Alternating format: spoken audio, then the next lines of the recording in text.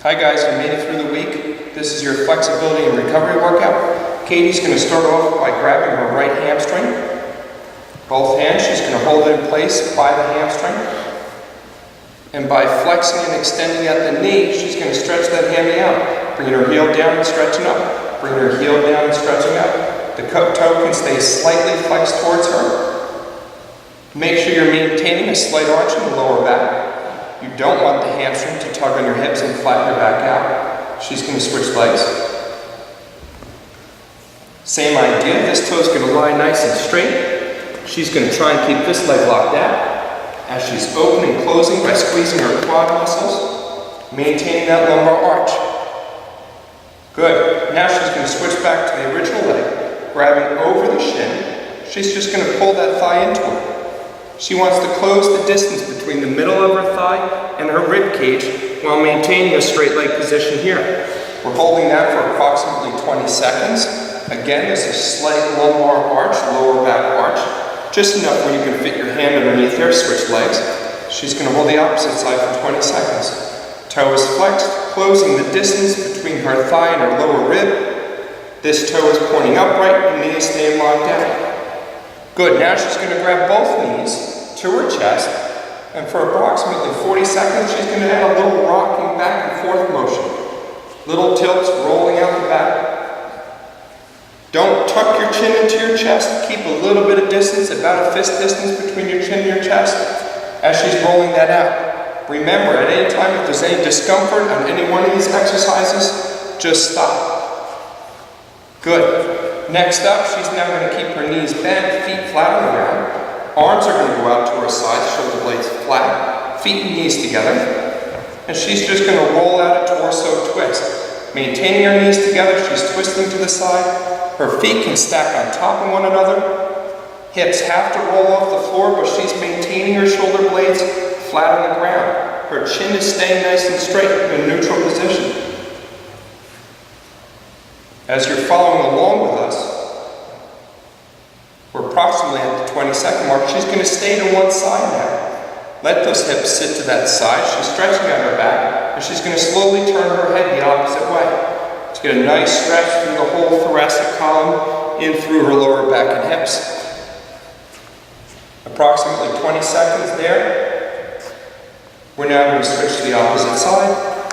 Slow roll to the side, turn her head. Keep her shoulder blades nice and flat. Hold that for about 10 more seconds. Good. Now Katie's going to turn over to on her stomach position. Looks like she's going to go into a ready plank. Forearms are bent, elbows directly underneath her shoulders. But instead of planking, she's just going to rest her hips to the ground. In this position now, there's a nice curve in her lower back. She's adding a slight retraction, her chin is up. There is an abdominal stretch going on here. We're putting the arch into her back so those vertebrae can relax and recognize that position. Again, if there's any discomfort in here, come right out of the position. We're holding this for about 20 to 30 seconds. And you're just relaxing your hips completely. We'll go 10 more seconds. Feet are together. Good. Now from there, she's going to come right back up into a hands and knees position. You may have seen this movement in our general warm-up. She's going to take her left knee out to her side into a fire hydrant lift and come right back down. We're approximately moving through a 20-second each side rotation. So if you follow us directly, by the time Katie switches, you should be switching each side also. Switch.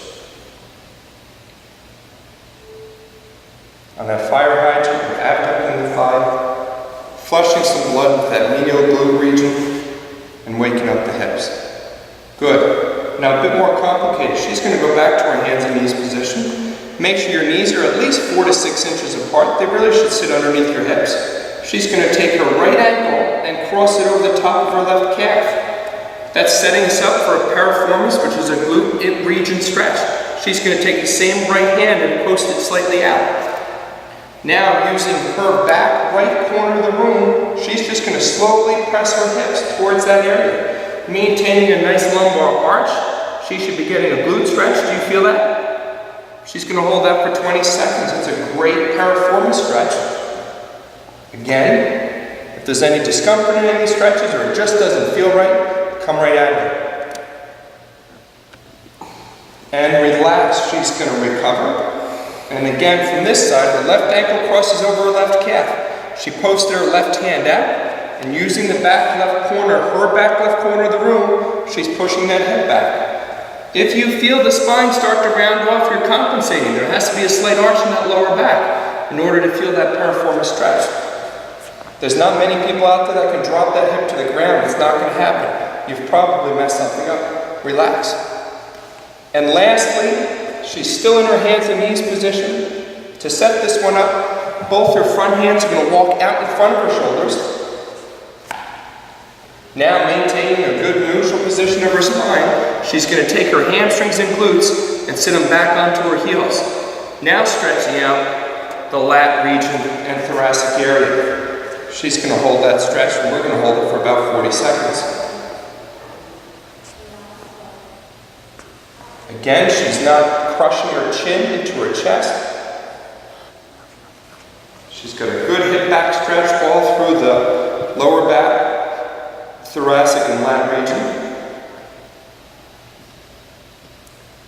And relax. And lastly, the last 2 minutes of this workout recovery section, she's going to lay flat on her belly, hand over hand. She's going to rest her forehead right into her hands. Completely down. Now in this position for 2 minutes we want her to practice diaphragmatic breathing. And that's going to involve her taking a breath in through her nose, trying to fill her belly up with air, and then relaxing and breathing out through her mouth by contracting her abs.